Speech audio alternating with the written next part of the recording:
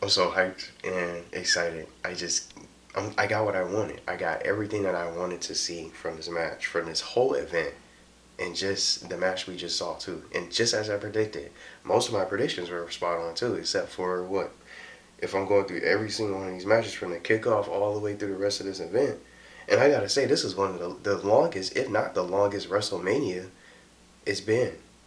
After watching it year after year after year, this was super long. And it's a little bit past midnight, it just ended.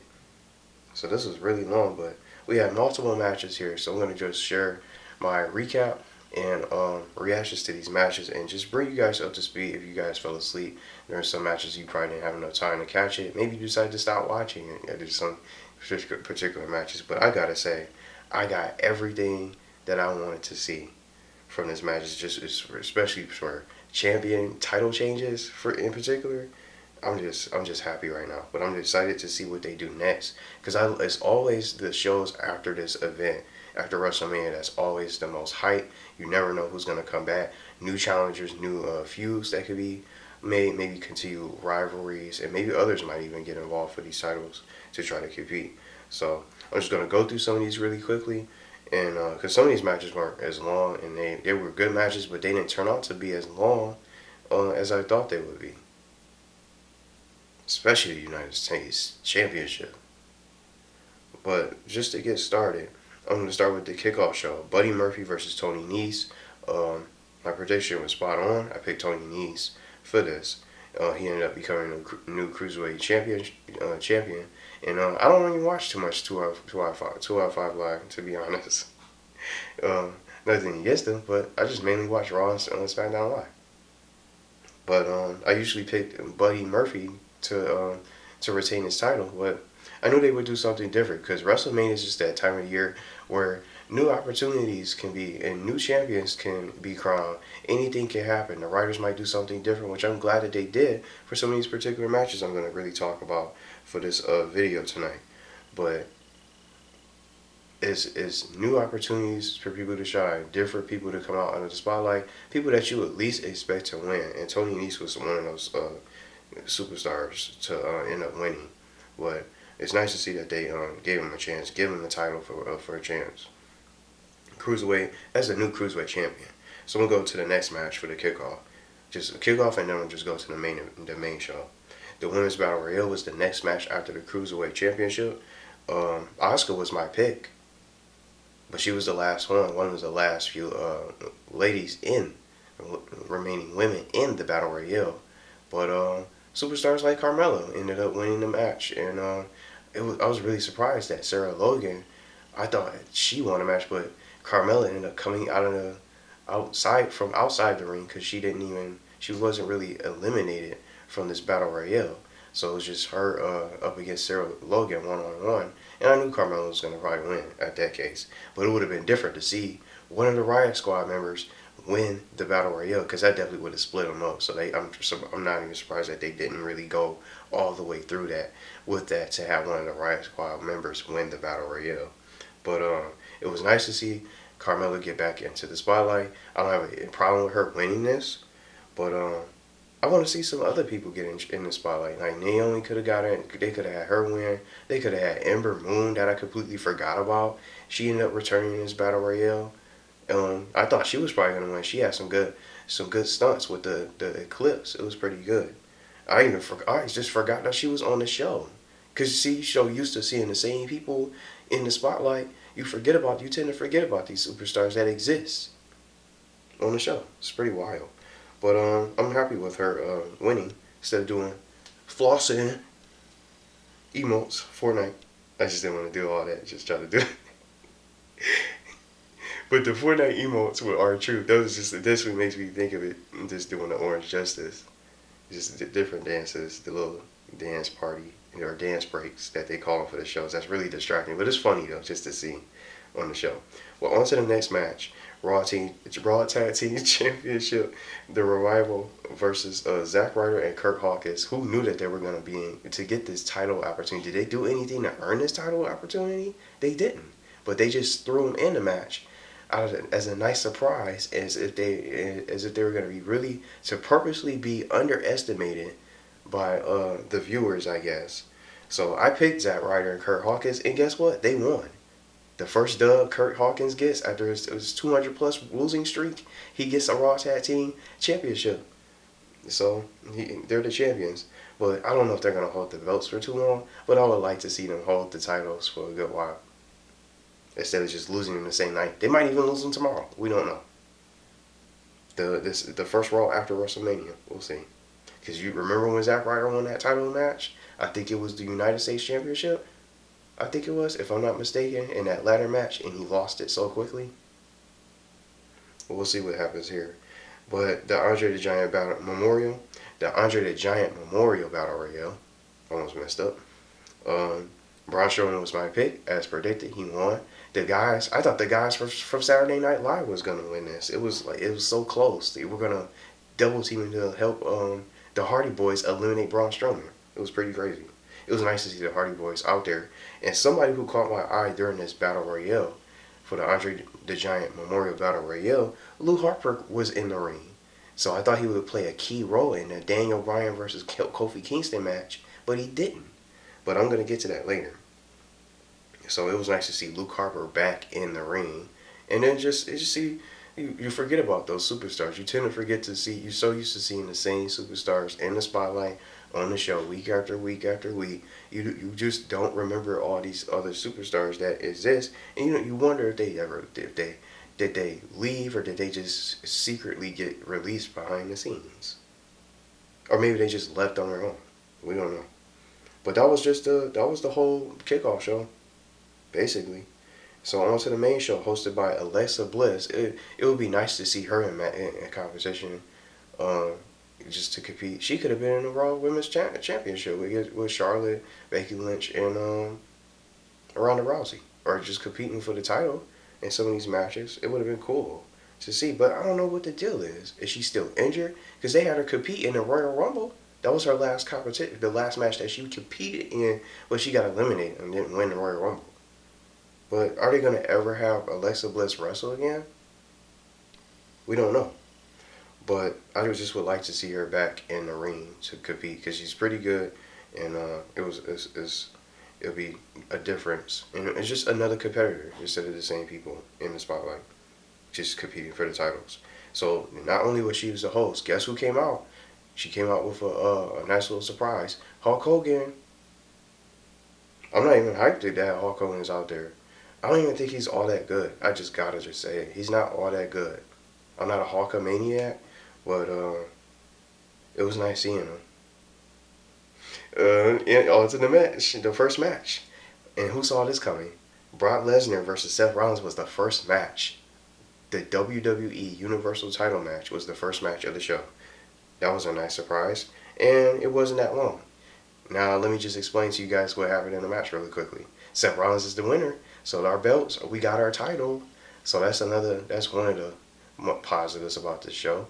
The best things, the highlights, I would say one of the few highlights of the show for this WrestleMania event. Everybody were free from the belt being hostage from Brock Lesnar, but I heard that he renewed his contract with the WWE, so he's gonna stay. So he's probably gonna appear on the show tomorrow. But maybe he'll be more active now since he renewed his contract. Maybe he'll be defending his title at some of these events. And our next event is the Money in the Bank pay-per-view, so we don't know what's gonna probably happen. But just to summarize this really quickly, I got it listed right here. We got 3 suplexes, but first, way before the suplexes started, we had 3 total suplexes going towards on the offensive to Seth Rollins. Brock Lesnar already ambushed Seth Rollins before he could even get a chance, because the bell didn't even ring. So once the bell eventually rung after he stopped attacking Seth Rollins, 3 suplexes, and then Seth Rollins gets his offense, and he gets 3 curve stomps, and then he's the champion. That was the match. What? Just like I said, we got our title back, so it's not the title is no longer being held hostage. So I'm happy about that. Now this was a match that I wanted to see right after that quick match. They didn't last that long. AJ Styles versus Randy Orton in a regular match. This match wasn't all that great. it wasn't even all that long. I thought it was gonna be really competitive and stuff. It was decent, but it wasn't gonna be like, it wasn't a top tier match of the night. But my pick of AJ winning was spot on, so I ended up winning. But now that this match is over, what's next for AJ Styles? Is he gonna challenge? Is he gonna challenge for the WWE Championship? What's next for Randy Orton, or is this gonna be a continued feud? I don't know. Whatever. Maybe they're gonna add a stipulation to it, or maybe they'll compete for the Money in the Bank briefcase. I wonder. We'll see. But right after that, Lacey Evans comes out. That has nothing really. That's not really all that special. After that, SmackDown Tag Team Champions being defended by the Usos, taking on Ricochet and Aleister Black, who was my pick, and The Bar versus The Bar, Cesaro and Sheamus. That's the team. We don't set the bar. We are the bar. Against the Rusev and Shinsuke Nakamura. Wish they would do more with him, honestly. But I thought Ricochet and Aleister Black would win this, because they thought they had their chance. Third time's the charm. They lost against the War Raiders at NXT Brooklyn, but that was the best match at NXT. One of the best ones. And that's with Adam Cole and Johnny Gargano, that I really enjoyed. But I guess, I don't know when they're probably going to give them the tag team titles. Maybe they're not ready for that yet. They just wanted to showcase that they're really competitors, they're threats, and they're probably going to eventually be a tag team. But I don't know if they're going to split them up eventually, and maybe they'll be their individual competitors, because they never were really a team of chemistry, I don't think. But they made them look like they have good chemistry against all these different teams, beating the Revival, beating the Bar, and nearly almost beating the War Raiders from Brooklyn, and all the other tag team matches that they competed in. The Miz versus Shane McMahon was pretty good. I think this was one of the best matches that you could see. But Shane McMahon ended up winning out of a superplex by the Miz from high ground. It's crazy. He just ended up landing on top of Miz, and he ends up getting the pinfall. But I thought Shane was going to do like a leap of faith from the top, from a massive height or something like that. He didn't do it. He didn't do the leap of faith. He didn't even do the coast to coast at all. But the Miz was on a real full offense. It's like Shane didn't really get any other. He got a little bit of offense here and there. He attacked his dad. That was at the ring side. His dad even got involved. Mr. Miz got involved in the match, putting his dudes up ready to try to get ready to go against Shane. Shane was like he's dancing around, trying to battle the Miz, but he ended up beating him down. Like he squared up with him a little bit, hit him up with a combo, and knocked her down. But that riled up Miz to really just get on the offense after that. But that was the match, really, after that little superplex outside of the arena. Shane ended up winning. It was the craziest thing. Women's Tag Team Championship, the Boston Hug Connection, aka with Sasha Banks and Bayley, taking on the team of Nia Jax and Tamina and Natalya and Beth Phoenix. It was nice seeing her in the ring. And then my pick, I was spot on, the IIconics. So well deserved by them. And I wouldn't have been surprised if Sasha and Bayley won. But I'm glad the IIconics won. They're a tag team duo. And just like I said, they're a cohesive unit. I'm glad that they got it. The Australian duo. Well deserved by them. And it was very surprising to see them. So I hope they hold the titles for a little while. Just like with Seth Rollins, hopefully. And then some others I'll end up sharing I'm going to get to. But I hope they hold the titles for a while. But they're probably going to end up losing it soon. It's probably not going to be that long. But I'm glad that they had them win. Because they were my pick from the last time. I think from the Hell in a Cell pay-per-view. Recently from this year. I picked the IIconics. So I picked them again. So I knew that it was their time to their time to shine. So new chance for new tag team chance. The IIconic WrestleMania. So that's iconic right there. Now this is the match right there I'm excited for. I gotta just talk about it. Daniel Bryan and Kofi Kingston. Kofi Kingston finally gets the dub, and I'm glad that the writers decided to give him the title. And I'm gonna say this right now on the video.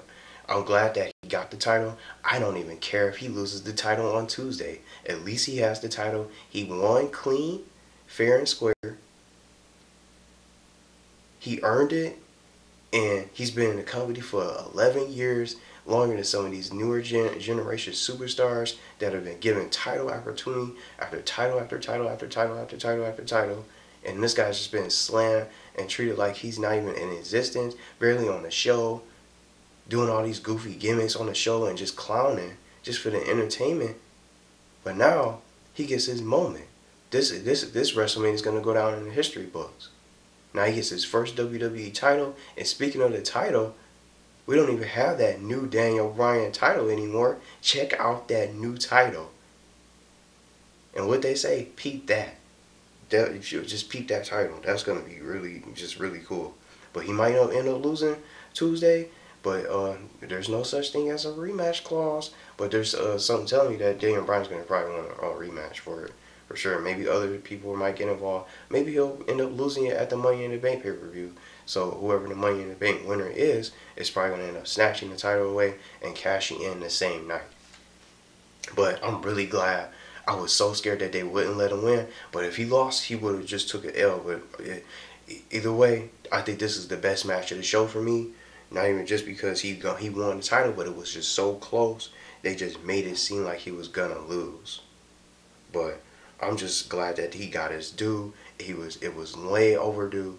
And then just guys outside of Kofi Kingston, it just shows, just like I said, it shows that any superstar can be good if they push them, if they give them a chance on the spotlight. Superstars like Drew McIntyre, for example, can be good. And it's just any superstar that you least expect can be good and just be a competitor against and just beat these champions. It's these are the top guys that's in the company that gets all the love, the respect, and the attention instead of just throwing people under the bus and just thinking they're not good enough and instead of not even giving them a single chance. So I'm just glad that he got his title. I'm glad. So this was the personal highlight for me. I'm happy. Something different. And Daniel Bryan is one of my favorite competitors in the company of this new generation of superstars. But I'm just glad that they give him a chance. So if his title reign doesn't last long, I wouldn't be surprised. But my prediction, a L coming Tuesday. And it might be, they might even try to do something different. Vince McMahon might even try to do something else. He said, oh, you won the title. Let's see you defend your title against, and you put him in a WWE title defense gauntlet match. How about that for a Tuesday screw job for Kofi Kingston? I wouldn't be surprised with that. But that's my prediction right now, which is going forward. Or maybe at the pay-per-view, the next pay-per-view, they might try to do that to him. Rey Mysterio versus Samoa Joe was a 2-minute match. Rey Mysterio's outfit was pretty good. But he hit him with a 619 in the beginning of the match. Tried to jump off the ropes. Got caught by Samoa Joe and the Coquina Clutch. And he falls asleep, and that was the match. So Samoa Joe ends up retaining the United States Championship.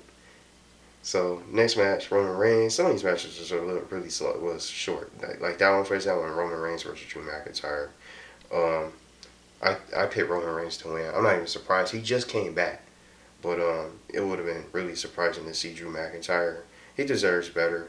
But I'm not sure what they're gonna do, how the crowd's gonna feel with Roman Reigns going forward. I don't see him getting booed anytime soon because he just came back. But he's gonna probably just not gonna get. He's gonna get not too much of a reaction, but a negative reaction from the crowd anyway, because he just especially after everything he's been through, and I think that was the difference maker. But I think maybe he's gonna be the next person to challenge Seth Rollins. We'll just have to see what they do for tomorrow's show. Elias' music performance was pretty sweet, pretty cool. But guess what? We went all the way back from 2002 with John Cena Thuganomics.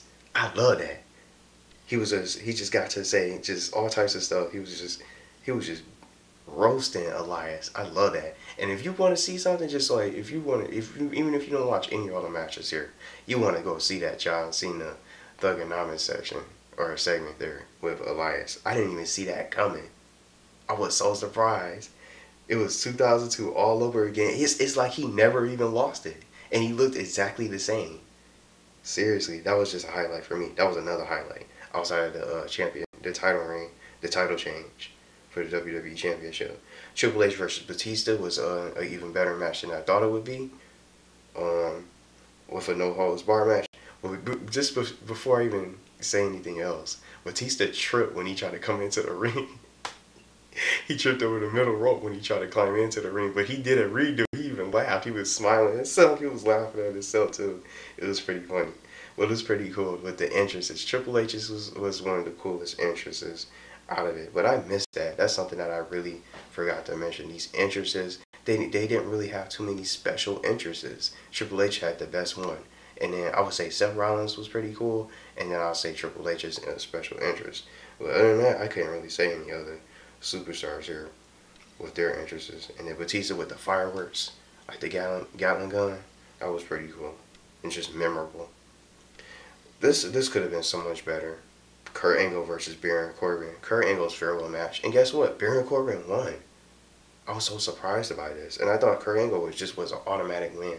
And they wouldn't have him lose and just take an L when he's about to get ready to go and just have his last match. Baron Corbin ended up beating Kurt Angle. But it was just not all that. It wasn't. He just got pinned by the end of days. But nothing against Baron Corbin, but the Lone Wolf, they could have gave him a better opponent. Baron Corbin, superstars like Baron Corbin could have been in the Andre the Giant Memorial Battle Royale. Why give Kurt Angle Baron Corbin? They could have gave him John Cena. Well, we knew he wasn't going to come out because we already able to see him in the Thuganomics gear, rocking the Yankees, New York Yankees jersey, styling and profiling. But hey, I don't even know that. I just don't know why they couldn't even get him any other just a better opponent. The Undertaker or somebody, or maybe like a returning superstar or something. I don't know. But that was just a waste of a match. Bobby Lashley versus the Demon Finn Balor. Another highlight that I like seeing, the Demon. I love just seeing Finn Balor go Demon. That's one of my favorites. Favorite things about him. It's pretty cool. But obviously, who's gonna stop the Demon? Shut down Bobby Lashley for the Intercontinental Championship. I almost forgot to list that. That was for the title. So now we have the new Intercontinental Champion, the Demon Finn Balor. But obviously, we're gonna get the new Finn Balor for Monday Night Raw tomorrow. After that match, speaking of dance breaks that I was talking about earlier, R-Truth and Carmella came out for a 7-second dance, doing the flossing emote, and then R-Truth was doing the, I forgot how to do it. He was doing the Orange Justice emote. He was doing the hype dance and stuff like that. Just all different types of stuff during the dance break. But right after that, we had our main event of Ronda Rousey, the winner-take-all match of Ronda Rousey versus Charlotte and Becky Lynch. And my prediction was spot on with this match, Becky Lynch being the champion. But I guess Ronda Rousey's shoulders weren't down, so I guess they probably just tried to make it slip in. Or have Ronda Rousey lose, but it'll be like a controversial win to make it seem like her shoulders weren't down. So that's probably what she'll be complaining about tomorrow.